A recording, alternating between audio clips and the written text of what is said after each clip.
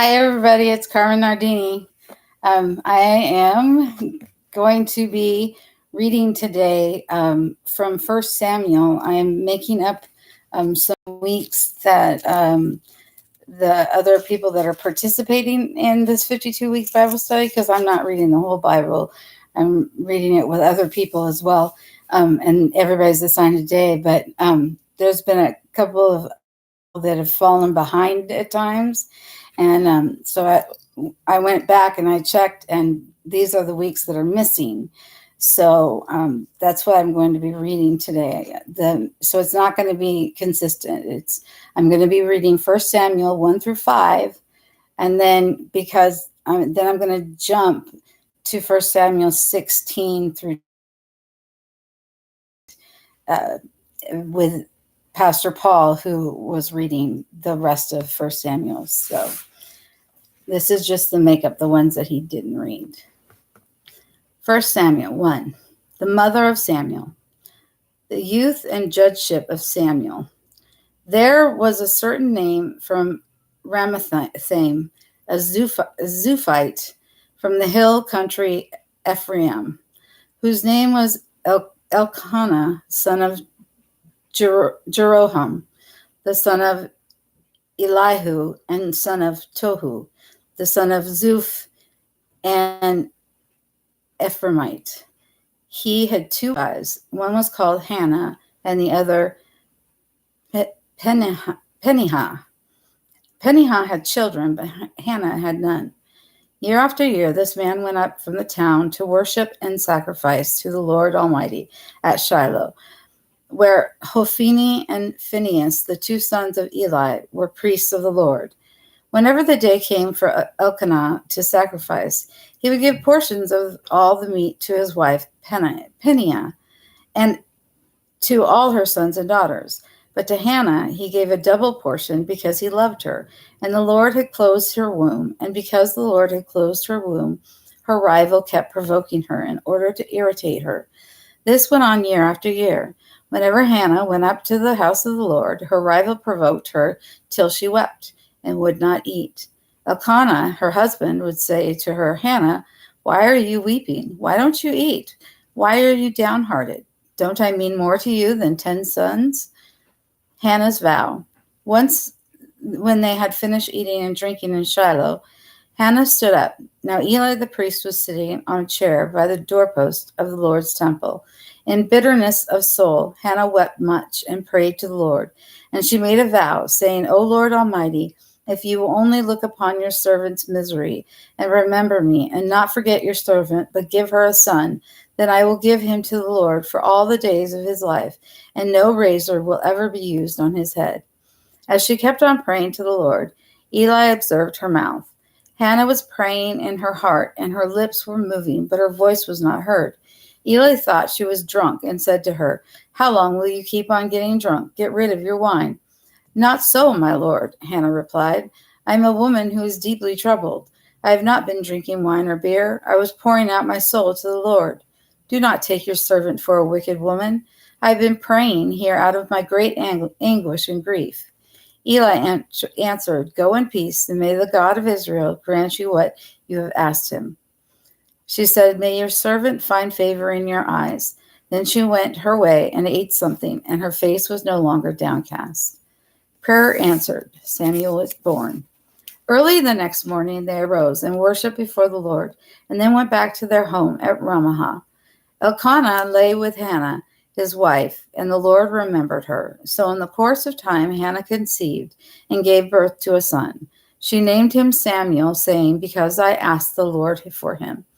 When the man Elkanah went up with all his family to offer the annual sacrifice to the Lord and to fulfill his vow, Hannah did not go. She said to her husband, After the boy is weaned, I will take him and present him before the Lord, and he will live there always. Do what seems best to you, Elkanah, her husband, told her. Stay here until you have weaned him. Only may the Lord make good his word. So the woman stayed at home and nursed her son until she had weaned him. Samuel brought to Eli. After he was weaned, she took the boy with her, young as he was, along with a 3-year-old bull, and ephah of flour and a skin of wine, and brought him to the house of the Lord at Shiloh. When they had slaughtered the bull, they brought the boy to Eli, and she said to him, "As surely as you live, my lord, I am the woman who stood here beside you praying to the Lord. I prayed for this child, and the Lord has granted me what I asked for of him. So now I give him to the Lord. For his whole life he will be given over to the Lord." And he worshipped the Lord there. Hannah's prophetic prayer. Then Hannah prayed and said, "My heart rejoices in the Lord my horn is lifted high. My mouth boasts over my enemies, for I delight in your deliverance. There is no one holy like the Lord. There is no one beside you. There is no rock like our God. Do not keep talking so proudly, or let your mouth speak such arrogance. For the Lord is a God who knows, and by him deeds are weighed. The bows of the warrior are broken, but those who stumble are armed with strength. Those who were full hired themselves out for food, but those who were hungry hunger no more. She who was barren has borne 7 children, but she who has had many sons pines away. The Lord brings death and makes alive. He brings down to the grave and raises up. The Lord sends poverty and wealth. He humbles and he exalts. He raises the poor from the dust and lifts the needy from the ash heap. He sets them with princes and has them inherit a throne of honor. For the foundations of the earth are the Lord's. Upon them he has set the world. He will guard the feet of his saints, but the wicked will be silenced in darkness. It is not by strength that one prevails. Those who oppose the Lord will be shattered. He will thunder against them for heaven. The Lord will judge the end of the earth. He will give strength to his king and exalt the horn of his anointed. Then Elkanah went home to Ramah, but the boy ministered before the Lord under Eli the priest. The wicked sons of Eli. Eli's sons were wicked men.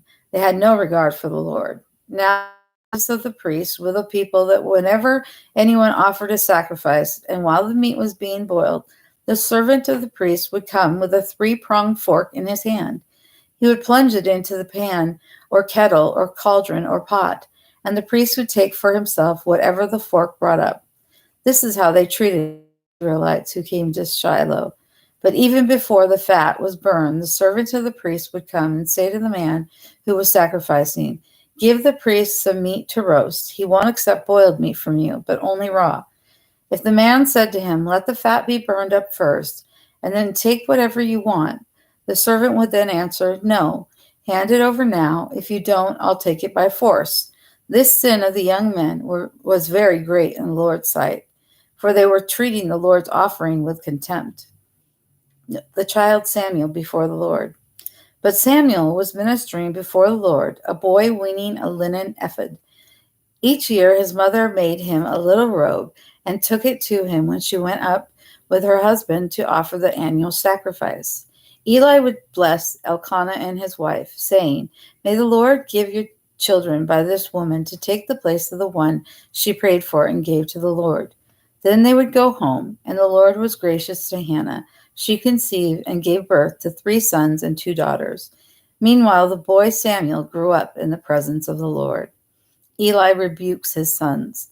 Now Eli, who was very old, heard about everything his sons were doing to all Israel, and how they slept with the women who served all the entrance to the tent of meeting. So he said to them, "Why do you do such things? I hear from all the people about these wicked deeds of yours. No, my sons, it is not a good report that I hear spreading among the Lord's people. If a man sins against another man, God may meditate for him. But if a man sins against the Lord, or God may mediate for him. But if a man sins against the Lord, who will intercede for him?" His sons, however, did not listen to their father's rebuke, for it was the Lord's will to put them to death. The boy Samuel continued to grow in stature and in favor with the Lord and with men. God warns of judgment upon Eli's sons.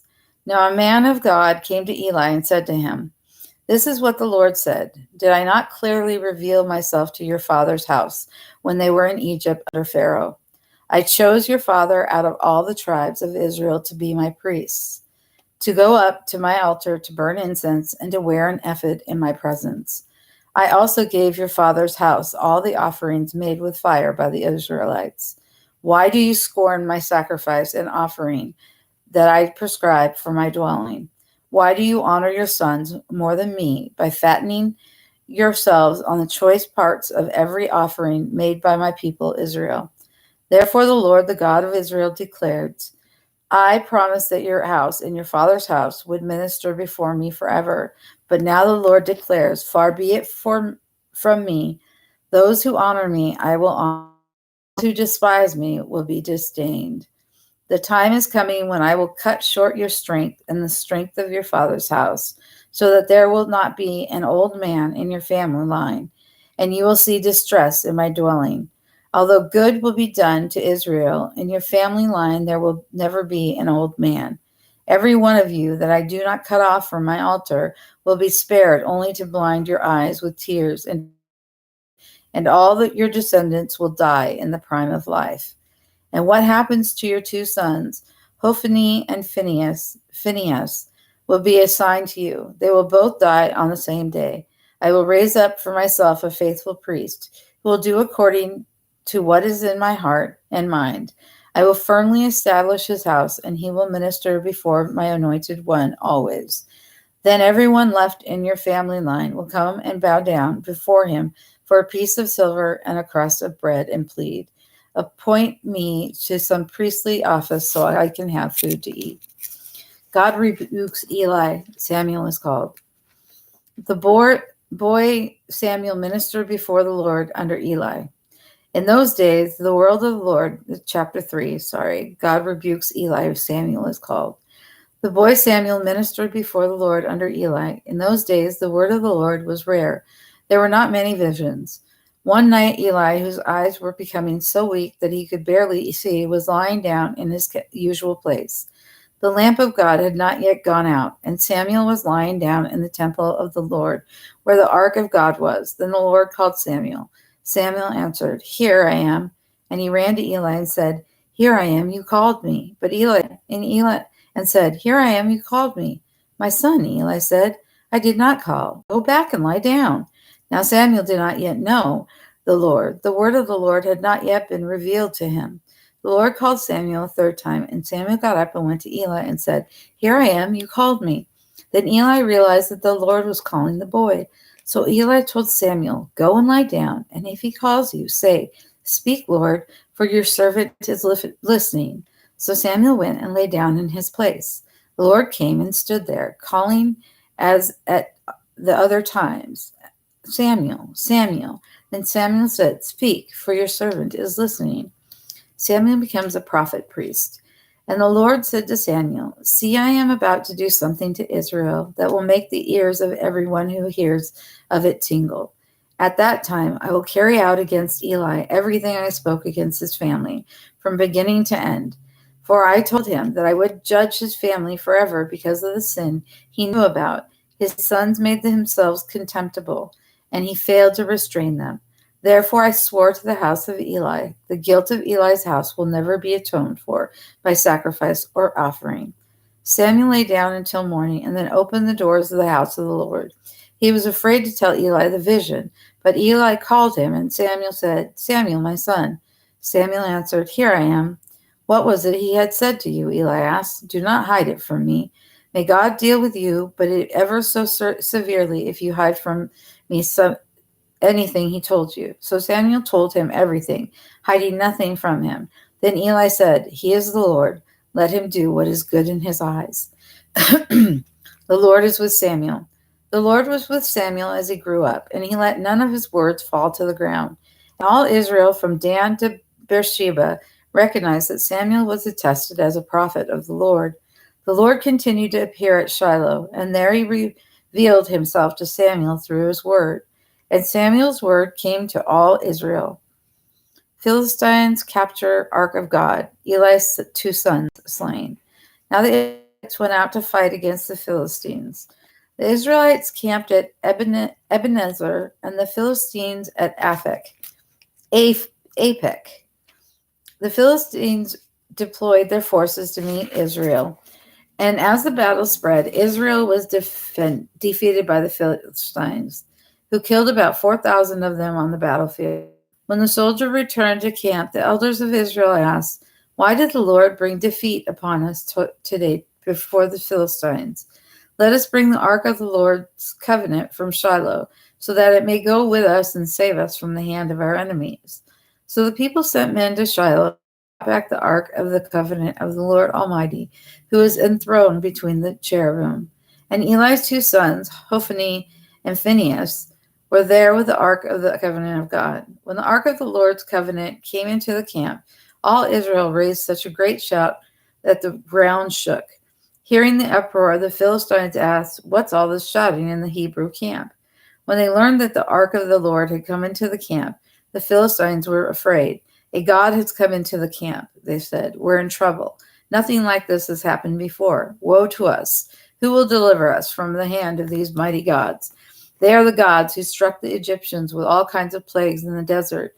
Be strong, Philistines. Be men of you, or you will be subject to the Hebrews as they have been to you. Be men and fight." So the Philistines fought, and the Israelites were defeated, and every man fled to his tent. The slaughter was great. Israel lost 30,000 foot soldiers. The ark of God was captured, and Eli's two sons, Hophni and Phinehas, died. Eli dies. God's glory departs from Israel. That same day, a Benjamite ran from the battle line and went to Shiloh, his clothes torn and dust on his head. When he arrived, there was Eli sitting on his chair by the side of the road, watching because his heart feared for the ark of God. When the man entered the town and told what had happened, the whole town sent up a cry. Eli heard the outcry and asked, "What is the meaning of this uproar?" The man hurried over to Eli, 98 years old, and whose eyes were so set so that he could not see. He told Eli, "I have just come from the battle line. I fled from it this very day." Eli asked, "What happened, my son?" The man who brought the news replied, "Israel fled before the Philistines, and the army has suffered heavy losses. Also your two sons, Hophni and Phinehas, are dead, and the ark of God has been captured." When he mentioned the ark of God, Eli fell backward off his chair by the side of the gate. His neck was broken, and he died, for he was an old man and heavy. He had led Israel 40 years. His daughter-in-law, the wife of Phinehas, was pregnant, and near the time of delivery. When she heard the news that the ark of God had been captured and that her father-in-law and her husband were dead, she went into labor and gave birth, but was overcome by her labor pains. As she was dying, the women attending her said, "Don't despair, you have given birth to a son." But she did not respond or pay any attention. She named the boy Ichabod, saying, "The glory has departed from Israel." Because of the capture of the ark of God and the deaths of her father-in-law and her husband, she said, "The glory has departed from Israel, for the ark of God has been captured." God provoked the Philistines because of the ark. Chapter 5.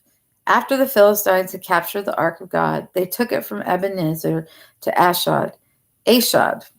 Then they carried the ark into Dagon's temple and set it beside Dagon. When the people of Ashdod rose early the next day, there was Dagon, fallen on his face on the ground before the ark of the Lord. They took Dagon and put him back in his place. But the following morning, when they rose, there was Dagon, fallen on his face on the ground before the ark of the Lord. His head and hands had been broken off and were lying on the threshold. Only his body remained. That is why to this day neither the priest of Dagon nor any other who entered Dagon's temple at Ashdod step on the threshold. The Lord's hand was heavy upon the people of Ashdod and its vicinity. He brought devastation upon them and afflicted them with tumors. When the men of Ashdod saw what was happening, they said, "God of Israel must be here with us, because his hand is heavy upon us and upon Dagon our God." So they called together all the rulers of the Philistines and asked them, "What shall we do with the ark of the God of Israel?" They answered, "Have the ark of the God of Israel moved to Gath." So they moved the ark of the God of Israel. But after they had moved it, the Lord's hand was against the city, throwing it into a great panic. He afflicted the people of the city, both young and old, with tumors. So they sent the ark of God to Ekron. As the ark of God was entering Ekron, the people of Ekron cried out, "They have brought the ark of the God of Israel around to us to kill us and our people." So they called together all the rulers of the Philistines and said, "Send the ark of the God of Israel away. Let it go back to its own place, or it will kill people." For the death had filled the city with panic. God's hand was very heavy upon it. Those who did not die were afflicted with tumors, and the outcry of the city went up to heaven. So that's where I end right now. So you can find from 6 to 15, 6 through 15, you can find on our site, and it's Paul who's reading it, and it's Tuesdays. So, and then I'm going to pick up the story again at 1 Samuel 16 through 20. So 1 Samuel 16, the parallel lives of Saul and David to the death of Saul. Samuel went to Bethlehem. The Lord said to Samuel, "How long will you mourn for Saul, since I have rejected him as king over Israel? Fill your horn with oil, and I am sending you to Jesse of Bethlehem. I have chosen one of his sons to be king." But Samuel said, "How can I go? Saul will hear about it and kill me." The Lord said, "Take a heifer with you and say, 'I have come to sacrifice to the Lord.' Invite Jesse to the sacrifice, and I will show you what to do. You are to anoint for me the one I indicate. Samuel did what the Lord said. When he arrived at Bethlehem, the elders of the town trembled when they met him. They said, "Do you come in peace?" Samuel replied, "Yes, in peace. I have come to sacrifice to the Lord. Consecrate yourselves and come to the sacrifice with me." Then he consecrated Jesse and his sons and invited them to the sacrifice. When they arrived, Samuel saw Eliab and thought, "Surely the Lord anointed stands here before the Lord." But the Lord said to Samuel, "Do not consider his appearance or his height, for I have rejected him. The Lord does not look at the things man looks at. Man looks at the outward appearance, looks at the heart." Then Jesse called Abinadab and had him pass it in front of Samuel. But Samuel said, "The Lord has not chosen this one either." Jesse then had Shammah pass by, but Samuel said, "Nor has the Lord chosen this one."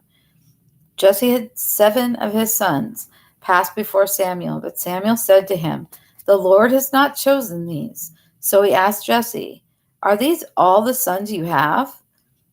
"There is still the youngest," Jesse answered, "but he is tending the sheep." Samuel said, "Send for him. We will not sit down until he arrives." David anointed king. So he sent and had him brought in. He was ruddy, with a fine appearance and handsome features. Then the Lord said, "Rise and anoint him. He is the one." So Samuel took the horn of oil and anointed him in the presence of his brothers. And from that day on, the Spirit of the Lord came upon David in power. Samuel then went to Ramah. David in Saul's court. Now the Spirit of the Lord had departed from Saul, and an evil spirit from the Lord tormented him. Saul's attendants said to him, "See, an evil spirit from God is tormenting you. Let our Lord command his servants here to search for someone who can play the harp. He will play when the evil spirit from God comes upon you, and you will feel better." So Saul said to his attendants, "Find someone who plays well, and bring him to me." One of the servants answered, "I have seen a son of Jesse of Bethlehem, who knows how to play the harp. He is a brave man and a warrior. He speaks well and is a fine-looking man, and the Lord is with him." Then Saul sent messengers to Jesse and said, "Send me your son David, who is with the sheep." So Jesse took a donkey loaded with bread, a skin of wine, and a young goat, and sent them with his son David to Saul. David came to Saul and entered his service. Saul liked him very much, and David became one of his armor bearers. Then Saul sent word to Jesse, saying, "Allow David to remain in my service, for I am pleased with him." Whenever the Spirit from God came upon Saul, David would take his harp and play. Then relief would come to Saul. He would feel better, and the evil spirit would leave him. Goliath defies Israel. Now the Philistines gathered their forces for war and assembled at Scoth in Judea. They pitched camp at Ephes Demim between Soko and Azekah. Saul and the Israelites assembled the camp and camped in the valley of Elah and drew up their battle lines to meet the Philistines. The Philistines occupied one hill and the Israelites another, with a valley between them. A champion named Goliath, who was from Gath, came out of the Philistine camp. He was over 9 feet tall. He had a bronze helmet on his head and wore a coat of scale armor of bronze weighing 5,000 shekels. On his legs he wore bronze greaves, and a bronze javelin was slung on his back. His spear shaft was like a weaver's rod, and its iron point weighed 600 shekels. His shield bearer went ahead of him. Goliath stood and shouted to the ranks of Israel, "Why do you come out and line up for battle? Am I not a Philistine, and are you not the servant of Saul? Choose a man and have him come down to me. If he is able to fight and kill me, we will become your subjects. But if I overcome him and kill him, you will become our subjects and serve us." Then the Philistines said, "This day I defy the ranks of Israel. Give me a man and let us fight each other." On hearing the Philistines' words, Saul and all the Israelites were dismayed and terrified. Now David was the son of an Ephraite named Jesse, who was from Bethlehem in Judea. Jesse had 8 sons, and in Saul's time he was old and well advanced in years. Jesse's 3 oldest sons had followed Saul to the war. The firstborn was Eliab, the second Abinadab, and the third Shemaiah. David was the youngest. The 3 oldest followed Saul, but David went back and forth from Saul to tend his father's sheep at Bethlehem. For 40 days the Philistines came forward every morning and evening and took his stand. David visits brothers and hears the boasting of the Philistines. Now Jesse said to his son David, "Take the ephah and roasted grain and these 10 loaves of bread for your brothers and hurry to their camp. Take along these 10 cheeses to the commander of their unit. See how your brothers are and bring back some assurance from them." There was Saul and all the men of Israel in the valley of Elah, fighting against the Philistines. Early in the morning, David left the flock with a shepherd, loaded up and set out, as Jesse had directed. He reached the camp as the army was going out to its battle positions, shouting the war cry. Israel and the Philistines were drawing up their lines, facing each other. David left his things with the keeper of supplies, ran to the battle lines, and greeted his brothers. As he was talking with them, Goliath, the Philistine champion from Gath, stepped out from his lines and shouted his usual defiance. And David heard it. When the Israelites saw the man, they all ran from him in great fear. Now the Israelites had been saying, "Do you see how this man keeps coming out? He comes out to defy Israel. The king will give great wealth to the man who kills him. He will also give him his daughter in marriage and will exempt his father's family from taxes in Israel." David asked the men standing near him, "What will be done for the man who kills the Philistine and removes this disgrace from Israel? Who is this uncircumcised Philistine that he should defy the armies of the living God?" They repeated to him what they had been saying and told him, "This is what will be done for the man who kills him." When Eliab, David's oldest brother, heard him speaking with the men, he burned with anger at him and asked, "Why have you come down here? And with whom did you leave those few sheep in the desert? I know how conceited you are and how wicked your heart is. You came down only to watch the battle." "Now what have I done?" said David. "Can't I even speak?" He then turned away to someone else and brought up the same matter, and the men answered him as before. What David said was overheard and reported to Saul, and Saul went and saw. Hold on, I want to make sure that I did not. And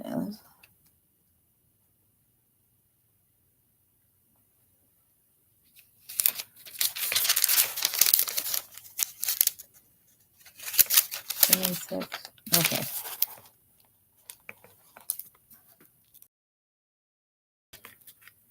Okay. Why have you come down here? And with whom did you leave those few sheep in the desert? I know how conceited you are and how wicked your heart is. You came down only to watch the battle. Now what have I done? Said David. Can't I even speak? He then turned away to someone else and brought up the same matter. And the men answered him as before. What David said was overheard and reported to Saul, and Saul sent for him. David slays Goliath. David said to Saul, Let no one lose heart on account of this Philistine. Your servant will go and fight him. Saul replied, You are not able to go out against this Philistine and fight him. You are only a boy, and he has been a fighting man from his youth. But David said to Saul, Your servant has been keeping his father's sheep. When a lion or a bear came and carried off a sheep from the flock, I went after it, struck it, and rescued the sheep from its mouth. When it turned on me, it by its hair, struck it, and killed it. Your servant has killed both the lion and the bear. This uncircumcised Philistine will paw the bear, will deliver me from the hand of this Philistine. Saul said to David, Go, and the Lord will be with you. Then Saul dressed David in his own tunic. He put a coat of armor on him and a bronze helmet on his head. David fastened on his sword over the tunic and tried walking around, because he was not used to them. I cannot go in these, he said to Saul, because I'm not used to them. So he took them off. Then he took his staff in his hand, chose 5 smooth stones from the stream, put them in a pouch of his shepherd's bag, and, with his sling in his hand, approached the Philistine.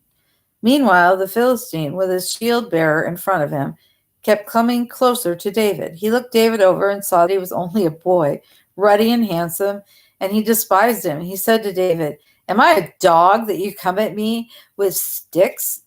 And David by his gods. Come here, he said, and I'll give your flesh to the birds of the air and the beasts of the field. David said to the Philistine, You come against me with the sword and spear and javelin, but I come against you in the name of the Lord Almighty, the God of the armies of Israel, whom you have defiled. This day the Lord will hand you over to me, and I'll strike you down and cut off your head. Today I will give the carcass of the Philistine army to the birds of the air and the beasts of the earth, and the whole world will know that there is a God in Israel. All those gathered here will know that it is not by sword or spear that the Lord saves, for the battle is the Lord's, and he will give all of you into our hands. As the Philistine moved closer to attack him, David ran quickly toward the battle line to meet him. Reaching into his bag and taking out a stone, he slung it and struck the Philistine on the forehead. The stone sank into his forehead, and he fell face down on the ground. So David triumphed over the Philistine with a sling and a stone. Without a sword in his hand, he struck down the Philistine and killed him. David ran and stood over him. He took hold of the Philistine's sword and drew it from the scabbard. After he killed him, he cut off his head with a sword. When the Philistines saw that their hero was dead, they turned and ran. Then the men of Israel and Judea surged forward with a shout and pursued the Philistines to the entrance of Gath and to the gates of Ekron. Their dead were strewn along the Shaharim road to Gath and Ekron. When the Israelites returned from chasing the Philistines, they plundered their camp. David took the Philistine's head and brought it in to Jerusalem, and he put the Philistine's weapon in his own tent. As Saul watched David going out to meet the Philistines, he said to Abner, commander of the army, Abner, whose son is that young man? Abner replied, As surely as you live, O king, I don't know. The king said, Find out whose son this young man is. As soon as David returned from killing the Philistine, Abner took him and brought him before Saul, with David still holding the Philistine's head. Whose son are you, young man? Saul asked him. David said, I am your servant Jesse of Bethlehem. David beloved by Jonathan. Chapter 18. After David had finished talking with Saul, Jonathan became one in spirit with David, and he loved him as himself. From that day Saul kept David with him, and did not let him return to his father's house. And Jonathan made a covenant with David, because he loved him as himself. Jonathan took off the robe he was wearing and gave it to David along with his tunic, and even his sword, his bow, and his belt. Jealous Saul attempts to slay David. Whatever Saul sent him to do, David did it so successfully that Saul gave him a high rank in the army. This pleased all the people and Saul's officers as well. When the men were returning home after David had killed the Philistine, the women came out from all the towns of Israel to meet King Saul with singing and dancing with joyful songs and with tambourines and lutes. As they danced, they sang, Saul has slain his thousands, and David has tens of thousands. And David his tens of thousands. Saul was very angry. This refrain galled him. They have credited David with tens of thousands, he thought, but me with only thousands? What more can he get but the kingdom? And from that time on, Saul kept a jealous eye on David. The next day, an evil spirit from God came forcefully upon Saul. He was prophesying in his house while David was playing the harp, as he usually did. Saul had a spear in his hand, and he hurled it, saying to himself, I'll pin David to the wall. But David eluded him twice. Saul was afraid of David because the Lord was with David, but had left Saul. So he sent David away from him and gave him command over 1,000 men. And David led the troops in their campaigns. In everything he did, he had great success, because the Lord was with him. When Saul saw how successful he was afraid of him. But all Israel and Judea loved David because he led them in their campaigns. David marries Saul's daughter. Saul said to David, Here is my older daughter, Merab. I will give her to you in marriage. Only serve me bravely and fight the battles of the Lord. For Saul said to himself, I will not raise a hand against him. Let the Philistines do that. But David said to Saul, Who am I, and what is my family or my father's clan in Israel, that I should become the king's son-in-law?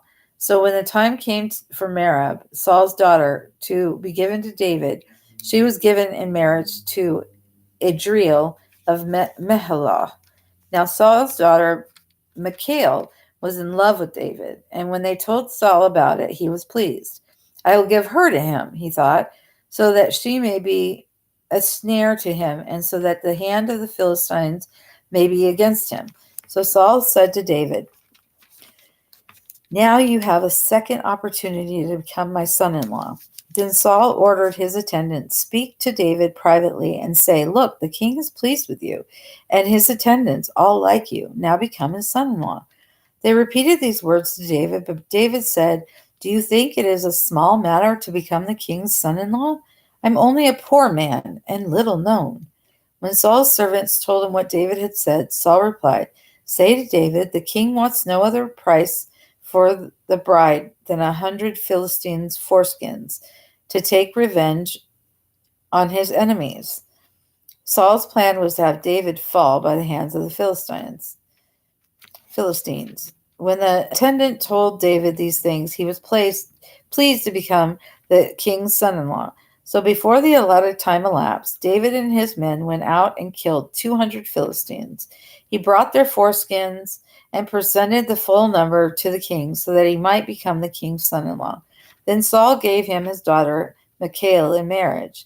When Saul realized that the Lord was with David and that his daughter Michal loved David, Saul became still more afraid of him, and he remained his enemy the rest of his days. The Philistine commanders continued to go out to battle, and as often as they did, David met with more success than the rest of Saul's officers, and his name became well known. David is protected from Saul 3 times. Chapter 19. Saul told his son Jonathan and all the attendants to kill David, but Jonathan was very fond of David and warned him, My father Saul is looking for a chance to kill you. Be on your guard tomorrow morning. Go into hiding and stay there. I will go out and stand with my father in the field where you are. I'll speak to him about you and will tell you what I find out. Jonathan spoke well of David to Saul his father and said to him, Let not the king do wrong to his servant.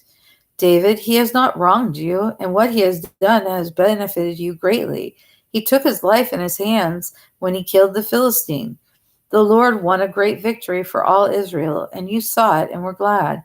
Why then would you go do wrong to an innocent man like David by killing him for no reason?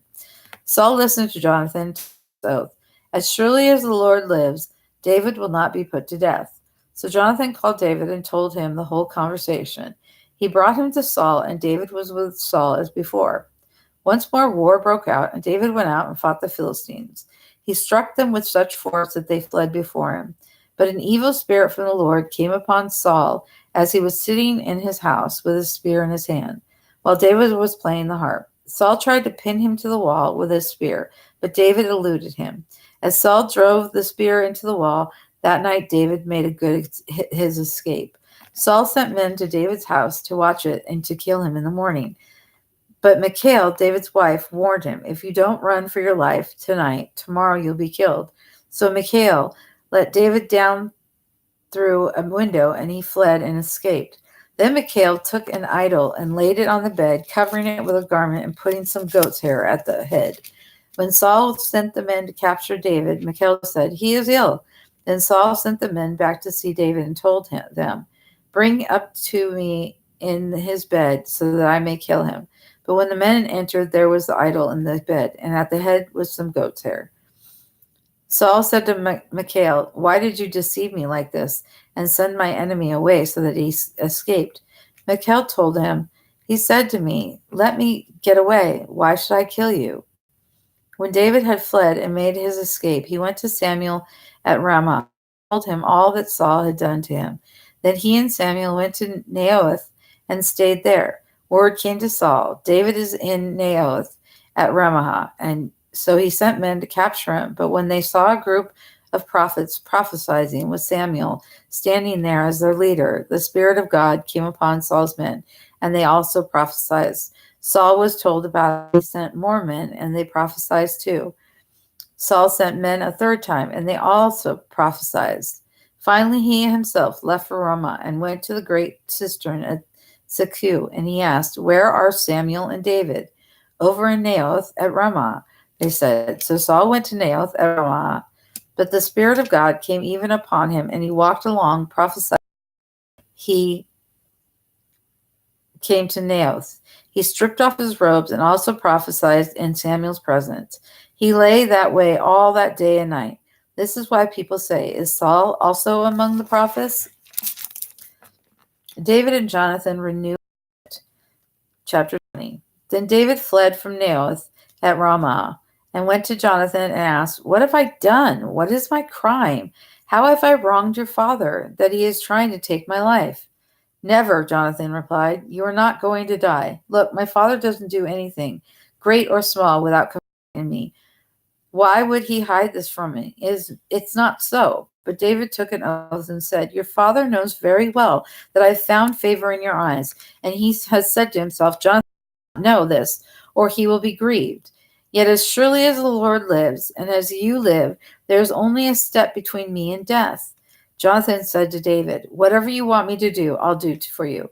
So David said, look, tomorrow is the new moon festival, and I am supposed to dine with the king. But let me go and hide in the field until the evening of the day after tomorrow. If your father misses me at all, tell him. David earnestly asked my permission to hurry to Bethlehem, his hometown, because an annual sacrifice is being made there for his whole clan. If he says, very well, then your servant is safe. But if he loses his temper, you can be sure that he is determined to harm me. As for you, show kindness to your servant, for you have brought him into a covenant with you before the Lord. If I am guilty, then kill me yourself. Why hand me over to your father? Never, Jonathan said. If I had the least inkling that my father was determined to harm you, wouldn't I tell you? David asked, who will tell me if your father answers you so harshly? Come, Jonathan said, let's go out into the field. So they went there together. Then Jonathan said to David, by the Lord, the God of Israel, I will surely sound out by this time the day after tomorrow. If he is favorable disposed towards you, will I not send you word and let you know? But if my father is inclined to harm you, may the Lord deal with me, but it ever so severely, if I do not let you know and send you away safely. May the Lord be with you as he has been with my father. But show me unfailing kindness like that of the Lord as long as I live, so that I may not be killed. And do not cut off your kindness from my family, not even when the Lord has cut off every one of David's enemies from the face of the earth. So Jonathan made a covenant with the house of David, saying, May the Lord call David's enemies to account. And Jonathan had David reaffirm his oath out of love for him, because he loved him as he loved himself. Then Jonathan said to David, Tomorrow is the new moon festival. You will be missed because your seat will be empty. The day after tomorrow, toward evening, go to the place where you hid when trouble began, and wait as though I were shooting at a target. Then I will send a boy and say, Go, find the arrows. If I say to him, Look, the arrows are on this side of you, bring them here, then come, because as surely as the Lord lives, you are safe. There is no danger. But if I say to the boy, Look, the arrows are beyond you, then you must go, because the Lord has sent you away. And about the matter you and I discussed, remember the Lord's witness between you and me forever. Saul angry with Jonathan. So David hid in a field, and when the new moon festival came, the king sat down to eat. He sat in his customary place by the wall, opposite Jonathan, and Abner sat next to Saul, but David's place was empty. Saul said nothing that day, for he thought something must have happened to David to make him ceremonially unclean. Surely he is unclean. But the next day, the second day of the month, David's place was empty again. Then Saul said to his son Jonathan, Why hasn't the son of Jesse come to the meal, either yesterday or today? Jonathan answered, David earnestly asked me for permission to go to Bethlehem. He said, Let me go, because our family is observing a sacrifice in the town, and my brother has ordered me to be there. If I have found favor in your eyes, let me get away to see my brothers. That is why he has not come to the king's table. Saul's anger flared up at Jonathan, and he said to him, You son of a perverse and rebellious woman, don't I know that you have sided with the son of Jesse to your own shame and to the shame of the mother who bore you? As long as the son of Jesse lives on this earth, neither you nor your kingdom will be established. Now send and bring him to me, for he must die. Why should he be put to death? What has he done? Jonathan asked his father. But Saul hurled his spear at him to kill him. Then Jonathan knew that his father intended to kill David. Jonathan at the table in fierce anger. On that second day of the month, he did not eat, because he was grieved at his father's shameful treatment of David. In the morning, Jonathan went out to the field for his meeting with David. He had a small boy with him, and he said to the boy, Run and find the arrows I shoot. As the boy ran, he shot an arrow beyond him. When the boy came to where Jonathan's arrow had fallen, Jonathan called out after him, Isn't the arrow beyond you? Then he shouted, Hurry, go quickly, don't stop. The boy picked up the arrow and returned to his master. The boy knew nothing of all this. Only Jonathan and David knew. Then Jonathan gave his weapons to the boy and said, Go carry them back to town. After the boy had gone, David got up from the side of the stone and bowed down before Jonathan 3 times with his face down. They kissed each other and wept together, but wept the most. Jonathan said to David, Go in peace, for we have sworn friendship with each other in the name of the Lord, saying the Lord is witness between you and me, and between your descendants and my descendants forever. Then David left, and Jonathan went back to the town. And that is the end of my reading. You can find this reading, the remainder of this first, and I will see you again. Thanks for tuning in.